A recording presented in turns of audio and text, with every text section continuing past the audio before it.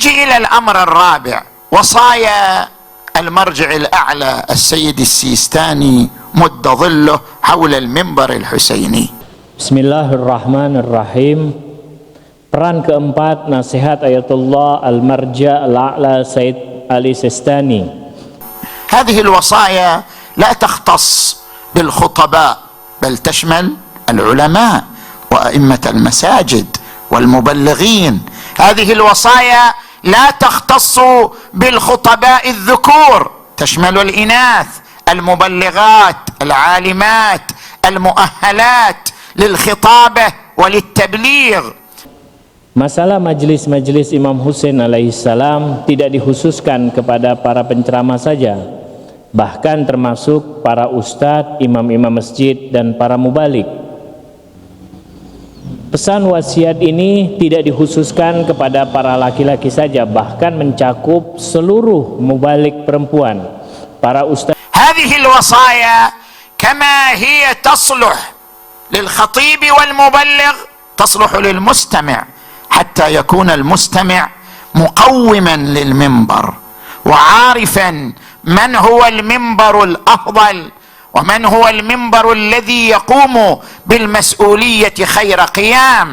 Dan pesan ini juga bukan hanya untuk para penceramah dan mubalik saja, tapi juga termasuk untuk para pendengar atau yang hadir mendengarkannya dengan baik di majelis-majelis Imam Husain alaihissalam, agar para yang hadir mengetahui mana majelis-majelis yang paling baik dan mana majelis yang bertanggung jawab dengan baik dalam mengadakan majelis-majelis Imam Husain. ويطرح هذا السؤال: هل جسد المنبر الحسيني المسؤولية الدينية التبليغية والحسينية بأحسن تمثيل وتجسيد أم لا؟ Sehingga jika terlontarkan pertanyaan apakah dia telah melakukan tanggung jawab agama sebagai tablik dan majelis Husain dengan sebaik-baiknya atau tidak. ورد عن الإمام الصادق عليه السلام: أتجلسون وتتحدثون؟ قلت بلى سيدي. قال إني أحب تلك المجالس فأحيوا فيها أمرنا. Imam Shadiq alaihissalam berkata, apakah kalian duduk dan memperhatikannya? Aku menjawab, ya Imam. Imam alaihissalam menjawab, aku menyukai majlis-majlis yang mereka menghidupkan tentang kami. أن يكون المنبر الحسيني إحياء لأمرهم، أن يكون المنبر الحسيني مثالا لقوله تعالى: ادع إلى سبيل ربك بالحكمة والموعظة الحسنة وجادلهم بالتي هي أحسن. Majelis Imam Husain harus menghidupkan tentang keluarga suci Nabi Shallallahu Alaihi Wasallam, dan sebagai contoh sebagaimana firman Allah Subhanahu Wa Taala, ajaklah ke jalan Tuhanmu dengan hikmah dan mau'izah hasanah, serta berdialoglah dengan cara yang terbaik. نجي الآن إلى المحور الثاني. المحور الثاني مضامين المنبر الحسيني. طرح السيد مد ظله الشريف طرح في هذا المحور وصايا 5 ضرورية للعلماء للمبلغين للخطباء. Poin kedua, Ayatullah Al-Marja' Al-A'la Sayyid Ali As-Sistani juga berwasiat tentang 5 wasiat yang penting bagi para ulama, mubalik, dan para penceramah sebagai berikut. الوصية الأولى الوصية القرآنية، الاهتمام بالقرآن الكريم. لاحظوا تعبير سماحة السيد: الاهتمام بالقرآن الكريم في الخطاب اهتماما أكيدا. Wasiat pertama, beliau mengajak untuk benar-benar memperhatikan masalah Al-Quranul Karim di setiap majlis-majlis Imam Husain dengan perhatian yang sangat. فإن رسالة الله سبحانه إلى الخلق كافة وثقله الأكبر في هذه الأمة وميزان الحق والباطل هو القرآن الكريم. Sebab Allah Subhanahu wa Ta'ala menurunkan kepada hambanya sebagai pusaka yang terbesar bagi umat ini dan sebagai timbangan antara yang hak dan batil, yaitu Al-Quranul Karim. ويقول سماحة السيد مد ظله، لاحظوا هذه العبارة مهمة، ينبغي أن يكون هو يعني القرآن واجهة الخطاب ووجه الخطاب، ويكون ذكر ما سواه في ظله وتحت لوائه. Ayatullah As-Sistani juga menegaskan bahwa Al-Quran harus dijadikan sebagai pedoman penceramah dan isi ceramah, sehingga apa yang disampaikan semuanya di bawah naungan Al-Quran. يعني ينبغي للعالم للخطيب أن يفتتح بالقرآن، أن يكون وجه الخطاب، يعني أن يفتتح بالقرآن، وما يذكره من أحاديث ومن روايات كلها امتداد للقرآن في ظله وتحت لوائه.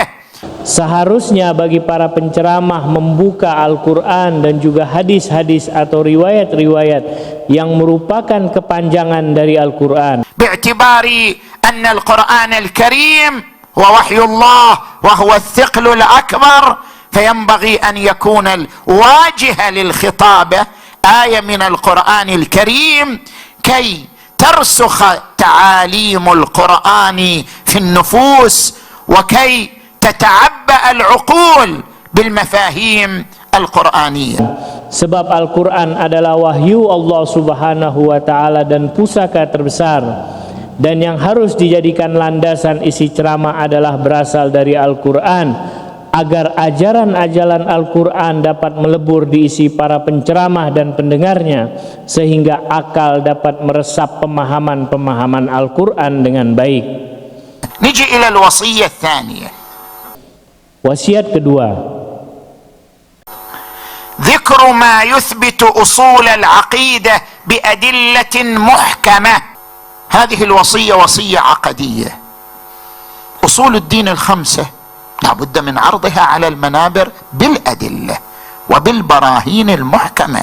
menyebutkan pondasi-pondasi akidah dengan dalil-dalil yang kuat, yaitu masalah usuluddin yang 5 dasar, harus dipaparkan di atas mimbar-mimbar Al-Husain dengan dalil-dalil yang benar dan kuat. نحن اليوم لسنا كما كنا قبل 50 سنة و100 سنة. نحن اليوم نواجه تيارات فكرية كبيرة. Kita sekarang hidup bukan seperti zaman 50 atau 100 tahun lalu. Kita sekarang hidup menghadapi berbagai macam pemikiran-pemikiran yang besar. نحن اليوم نواجه فكرا غربيا وشرقيا كبيرا. Kita sekarang menghadapi pemikiran barat dan timur. نحتاج إلى أن نعرض فكرنا الديني بأدلة ببراهين قوية ناصعة يفهمها الذهن العام. Sebab itu kita butuh memaparkan pemikiran agama kita dengan dalil dan bukti-bukti yang kuat, sehingga mampu menciptakan dan memberikan pemahaman kepada masyarakat umum.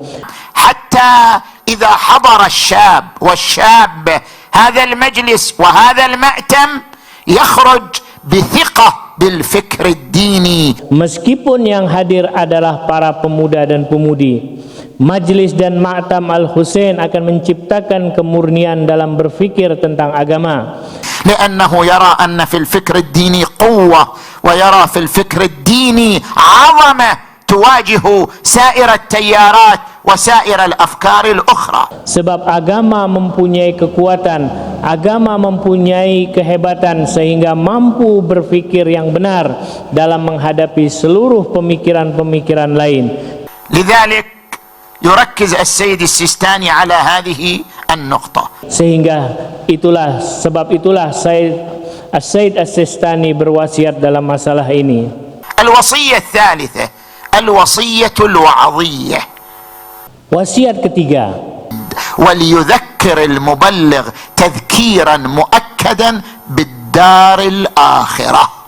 para penceramah juga harus selalu meningkatkan tentang pentingnya mengingat hari kiamat وأهميتها، حيث يؤتى كل امرئ بصحيفة أعماله في هذه الحياة. Sebab kelak setiap manusia akan dimintai pertanggungjawabannya selama di dunia ini. وتوضع موازين القسط ليوم القيامة فيكون لكل امرئ ما سعى إليه من خصال وأعمال وأن ليس للإنسان إلا ما سعى. Dan akan dimintai pertanggungjawaban keadilan di hari kiamat. Maka setiap manusia harus berusaha meraih amal-amalnya. Bukankah manusia hidup di dunia ini harus selalu berusaha? ما هي روافد الموعظة؟ روافد الموعظة القرآن، روايات أهل البيت، خطب نهج البلاغة، والصحيفة السجادية. هذه الروافد الأربعة للموعظة الأخروية كما تعرض لها سماحته مد ظله. Dan yang bisa dijadikan rujukan masalah ini adalah seperti Al-Quranul Karim, riwayat-riwayat Ahlul Bait, khutbah Nahjul Balaghah, Shahifah Sajadiyah. Keempat kitab ini merupakan pedoman sandaran mau'izah untuk hari akhirat. Al-wasiyah ar-rabi'ah al-wasiyah al-qiyamiyah. Wasiat keempat, beliau berpesan masalah pendidikan dan harga diri. الوصية التربوية على المنبر أن يعنى بقضايا الأخلاق. Beliau juga berpesan selayaknya para penceramah memaparkan masalah-masalah akhlak. أن يعنى بالاهتمام بالقضايا الخلقية وتربية الأسر والأجيال على هذه القيم الفطرية السامية التي أكد عليها القرآن. Dengan memperhatikan pentingnya memaparkan masalah akhlak dan pendidikan keluarga dan generasi, bahwa nilai-nilai kemanusiaan amat tinggi. ولا بد للمنبر أن يقرن عرضه للأخلاق يقرنه بسيرة النبي محمد.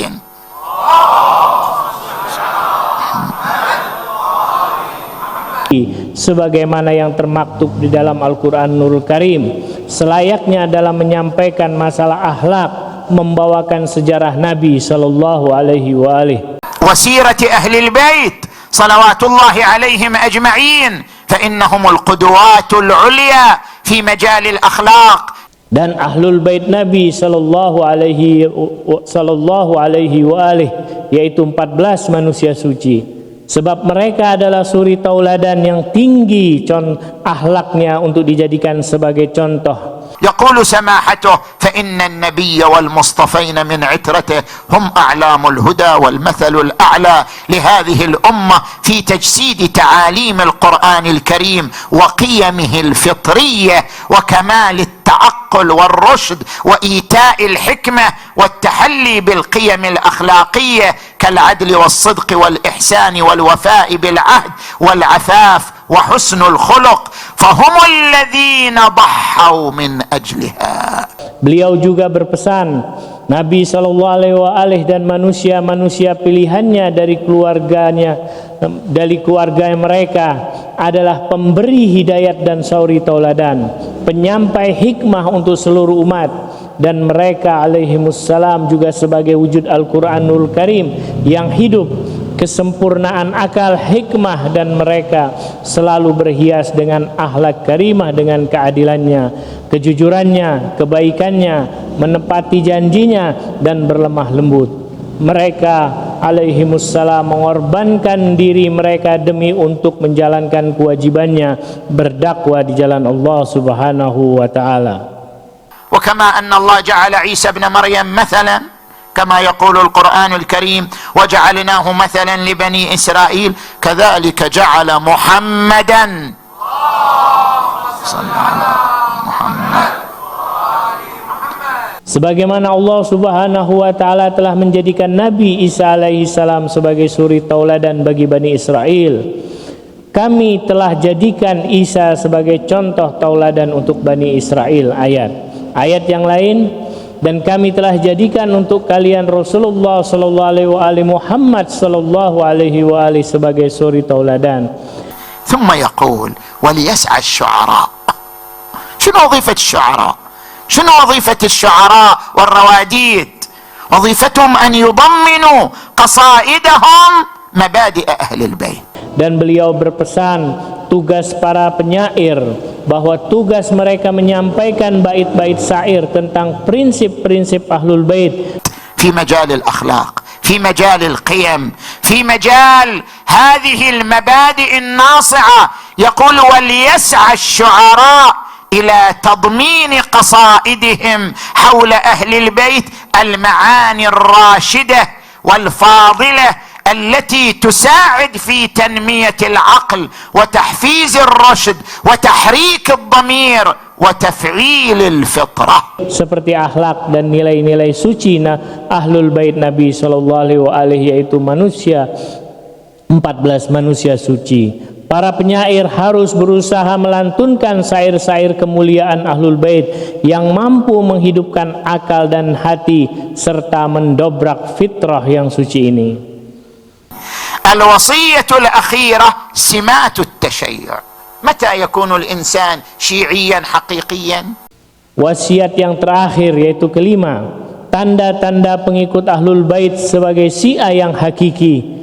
يركز هنا سماحته مد ظله على الروايات. الشيعي الحقيقي من يتصف بثلاث صفات. Kapan seseorang bisa dikatakan sebagai Syiah yang hakiki? Beliau mengatakan berdasarkan riwayat-riwayat Syiah yang hakiki ialah ada 3. التقوى، التقوى يعني الورع عن المحارم والذنوب، وحسن الخلق، والتعامل مع كل الناس بالأدب والاحترام. Takwa yakni wara dari yang diharamkan dan dosa, berakhlak mulia dan bermuamalah sesama manusia dengan adab dan takwa. أقرأ لك هذه الروايات التي استشهد بها. ففي هذا الحديث كقول الإمام أبي عبد الله عليه السلام تؤكد تلك الوصايا على الالتزام العملي بتعاليم دينهم والتحلي بخصالهم ومكارم أخلاقهم، حتى اسمع هذا التعبير وهذا مرجع الشيعة بعد، حتى مع المختلفين في الدين والمذهب تعامل بحسن الخلق حتى مع المختلفين معك في الدين والمذهب. Ini adalah perkataan Imam Shadiq alaihi salam. Wasiat ini menegaskan kepada kita seluruh, kita harus selalu beramal sesuai dengan ajaran-ajaran agama dan berhias dengan akhlak-akhlak Ahlul Bait Nabi Sallallahu Alaihi Wasallam. Meskipun kalian bermuamalahnya dengan mereka yang berbeda mazhab dan agama. Fadlan 'anil mushtarikin ma'aka fihima. Terlebih lagi selama kalian sebagai pengikut Ahlul Bait yang mana mereka menerima Ahlul Bait Nabi Sallallahu Alaihi Wasallam. حتى اللي يختلفوا معك في الدين، يختلفوا معك في المذهب، تعامل معهم بحسن الخلق والخصال الحميدة. Berakhlak mulialah kalian kepada mereka meskipun berbeda agama dan mazhab. قال الإمام أبو عبد الله الصادق عليه السلام عليكم بتقوى الله والورع والاجتهاد وصدق الحديث وأداء الأمانة وحسن الخلق وحسن الجوار، وكونوا دعاة إلى الخير بغير ألسنتكم، كونوا زينا ولا تكونوا شينا. Imam Abu Abdullah Shadiq alaihissalam juga berkata, kalian bertakwalah, wara, sungguh-sungguh, jujur, amanah, berakhlak mulialah sesama tetangga, dan jadilah kalian sebagai orang-orang yang mengajak kepada kebaikan dengan lisan-lisan kalian, dan kalian berhiaslah dan jangan kalian berakhlak buruk.